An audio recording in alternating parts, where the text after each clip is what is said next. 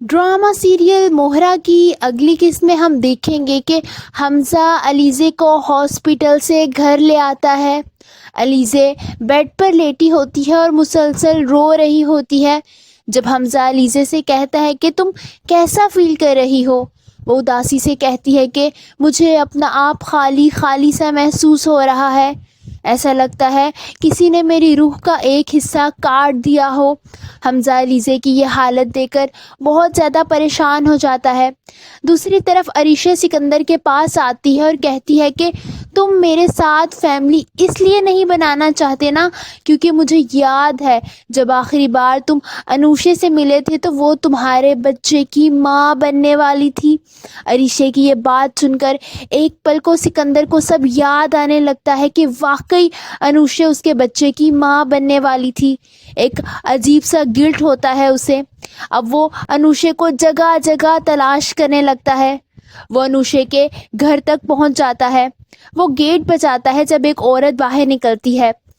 سکندر اس کو کہتا ہے کہ اندر سے انوشے کو بلا دو، جس پر وہ عورت کہتی ہے کہ یہاں تو کوئی انوشے نہیں رہتی اور دروازہ بند کر دیتی ہے۔ سکندر ایک بار پھر خالی ہاتھ رہ جاتا ہے۔ اس کو بے تحاشا غصہ آنے لگتا ہے۔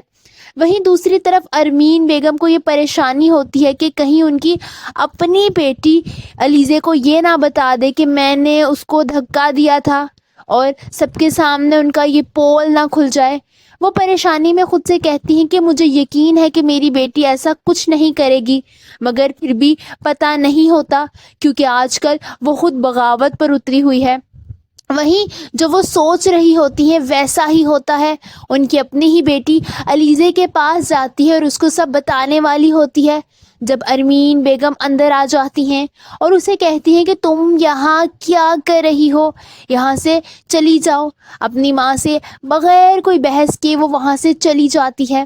اس کے جانے کے بعد علیزے ارمین بیگم کو غصے، بے بسی اور دکھ سے کہتی ہیں کہ میں سوچ بھی نہیں سکتی تھی کہ آپ اپنی دشمنی میں اتنا آگے چلی جائیں گی کہ آپ نے اپنے ہی بیٹی کے اولاد کو مار دیا۔ آپ کیسے اپنے ہی بیٹے کی اولاد کو مار سکتی ہیں؟ جس پر ارمین بیگم کہتی ہیں کہ رسی جل گئی مگر بل نہیں گیا۔ وہ اس پر طنز کرتی ہیں۔